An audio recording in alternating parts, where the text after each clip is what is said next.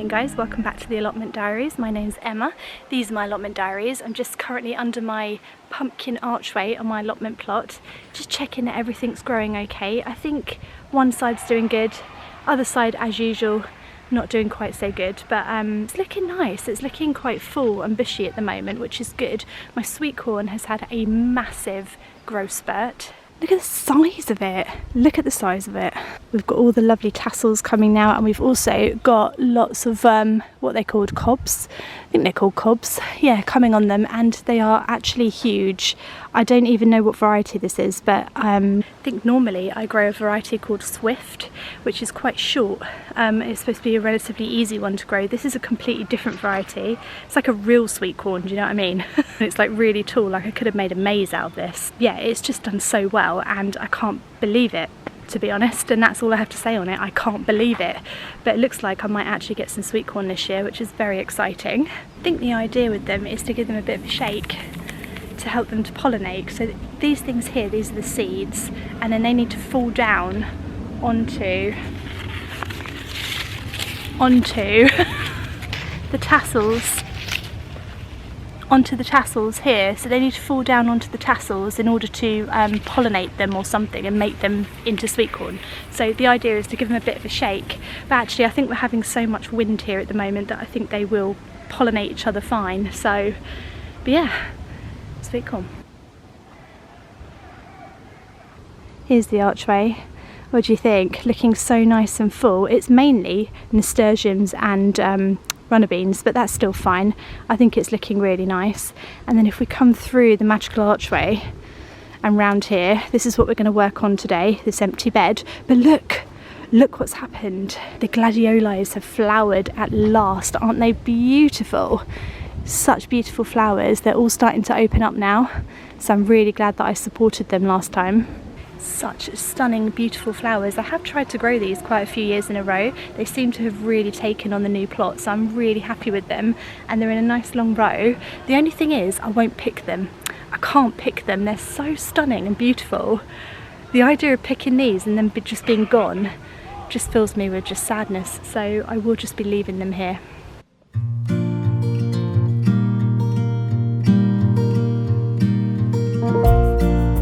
Anyway, hope you're all doing really well. It's actually a Sunday today, so it's very busy here at the allotment, so I'm not sure how much I will be able to sort of chat when I'm filming, but my kids are on summer holidays now, so I have to come down when I can, and it is a gorgeous day. It's turning really sunny and just lovely, so I thought I can't miss out on a beautiful day at the plot. I just want to say thank you for all the comments on my vlog that I put up, I think last week, about my anxiety. It's still very, very high, guys, and I'm still feeling incredibly anxious all the time.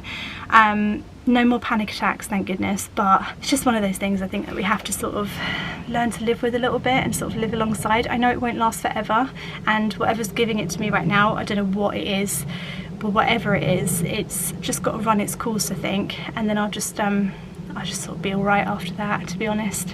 You just got to fight through, is what I'm trying to say, just sort of push through it, and there's light on the other side. So that's why we're here today, just to do some nice sort of gardening and feel better. So we're going to get straight into the first job of the day, which is going to be to build a pea structure and also a cucumber structure. Now I've taken some advice from other plots around here who have got really nice cucumber structures made of bamboo canes. I'm hoping that I can replicate it because they look so cool and exciting. Don't know how it's going to go, but we're just going to go out and we're just going to build it. So that's the first job that we're going to do. Let's go.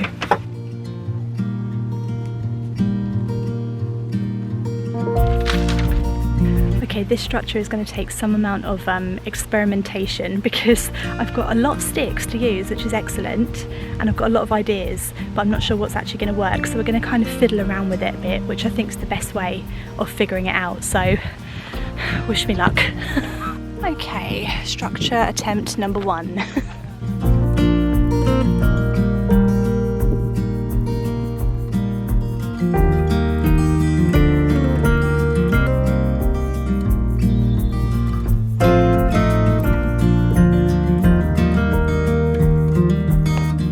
Failing at the first hurdle, guys, I can't get it in.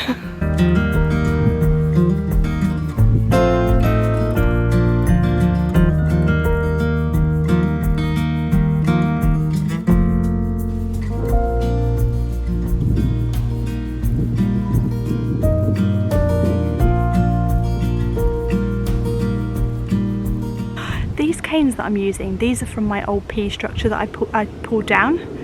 Look at the amount of twine on these canes.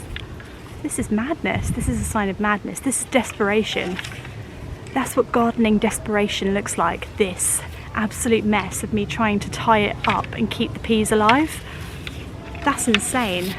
None of it makes any sense. It's all chaotic and random. That is absolute desperation in the garden, that is.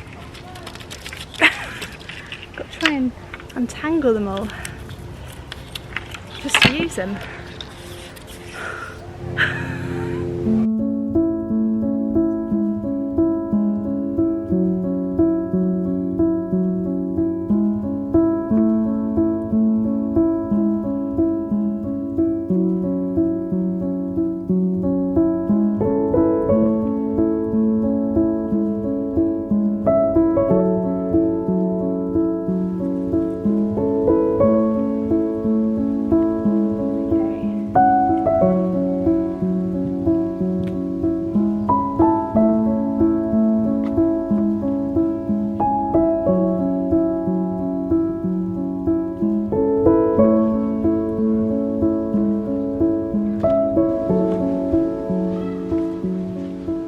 Right, here's what we are left with. This is the structure. Obviously I put the coloured balls on to make sure that I don't poke my eyes out when I go past it. But I'm thinking, let's plant the cucumbers in and let's just see if it needs any additional support, because I was thinking it might possibly need some netting or some twine going across, but we will find out. This is what I've seen other people make, so this is what I've made. So we'll see if it works. Obviously I should let you know it's a little bit of an optical illusion because the pole at the top is not straight. It looks good, but then if you look underneath, nothing is touching. I don't know if that matters, I don't know if it makes a difference, but it's not quite what it seems. But from an outside perspective it looks right. So if it looks right, you know, I'm halfway there, because people who walk by will think, oh yeah, that's right, that's a structure. So it's only when it falls down or it doesn't work that people will know.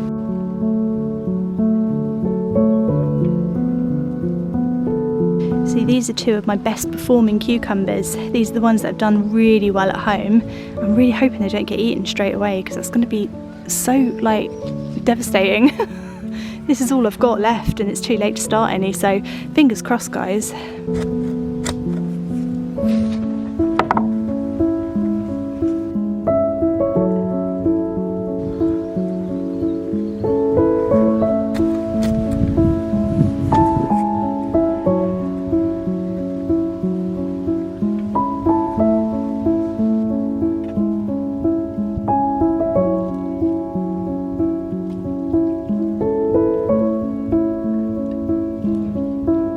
I'm thinking now, looking at it, it probably might need some extra support to kind of like to crisscross along there. I could put some twine along the bottom, but then to be honest, you know what we should do? We should leave it for a bit and see if it survives, because what we don't want to do is do too much to it and then 2 days later it gets eaten by a slug, you know?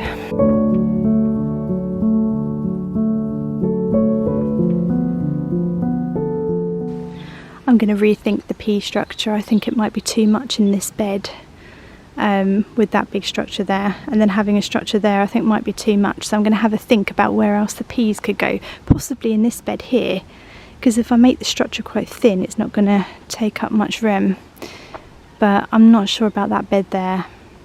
What do you think though? Let me know if I should put the peas in there too. I think it might be too much for that bed. So I don't know where else the peas could go though, that's the problem.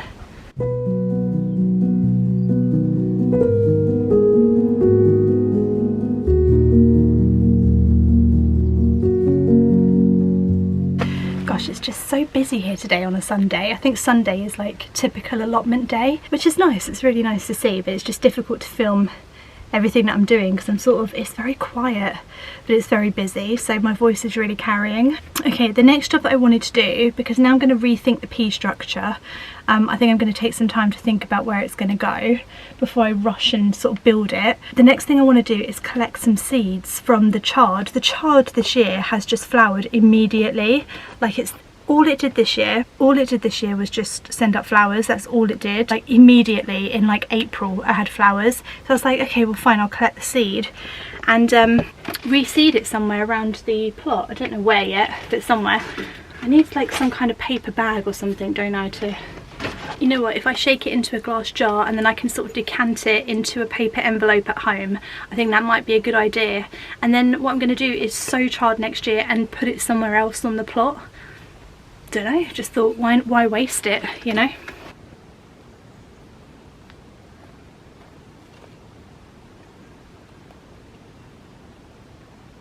So this is what my chard is looking like at the moment. It's thrown up these beautiful flowers, but the flowers are finished. There's another one here. Oh, he's stuck.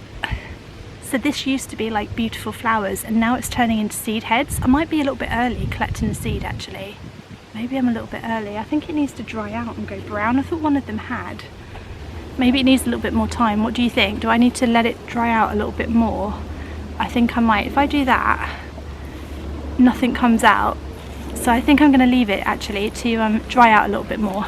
That's what we're going to do. Okay. But I think essentially the plan was just to put the bottle over like this and kind of shake it into there to get all the seeds, but I don't think it's going to come off yet. So we'll leave these a little bit longer to go brown. That's fine. I guess it's a bit early for collecting those seeds. Let's do some tomato maintenance behind us. Okay, the tomatoes are not doing too bad this year. I actually am starting to get some tomatoes. Oh, sorry, there's the power tools coming on a Sunday. So this is the tomato plant that I brought from B&Q, I think, ages ago, and we've got loads on this. This is one that I grew from seed. Don't ask me what these are, but I think if you're a keen tomato grower, you'll probably know, because that's very unusual, that type of tomato. They look fantastic. That one I think, can't see any on there, but I can see someone here. That looks absolutely fantastic. This, I know what this is. This is it's either two things. It's either cherry tomatoes, I think it's probably cherry tomatoes, or Gardener's Delight. I reckon they're cherry, because they're little and dinky. Oh, he's being destroyed by bindweed. Okay, right, so they need a little bit of rescuing and a little bit more supporting.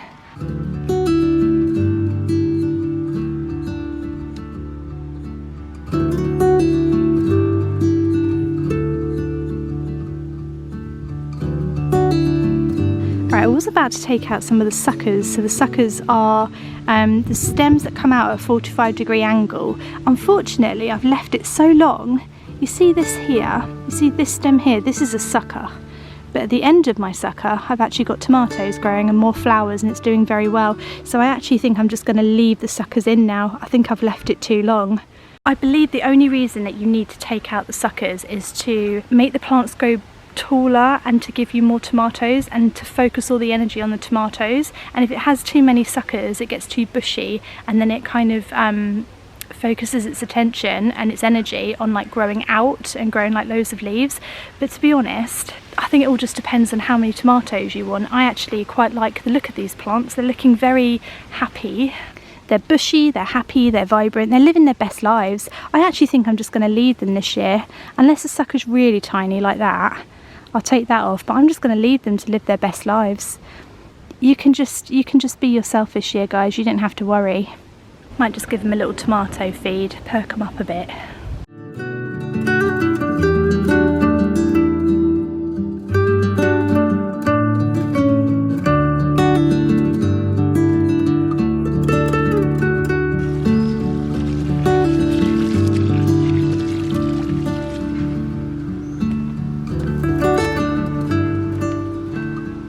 Okay, and that's it. I'm out. I'm off home. I'm not coming here on a Sunday again. I've just had someone come up to me and just like, actually, I might take you home and tell you all about it there. So stay tuned for gossip. Okay, guys, I've taken a moment. I've decided I'm not going to gossip about it all and what happened and stuff, but I am just going to say, if you are someone who ever has problems with allotment neighbours, I totally feel your pain now.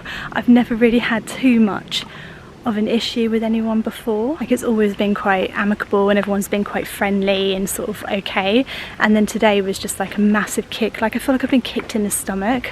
I don't know what makes people so aggressive and so rude at allotment plots, but something about them brings out the worst in some people, I guess.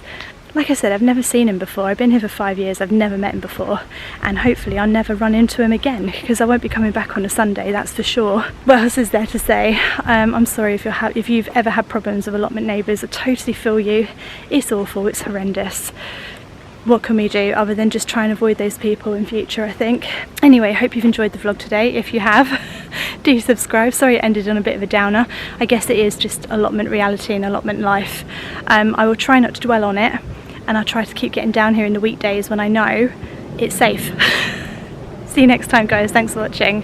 Bye.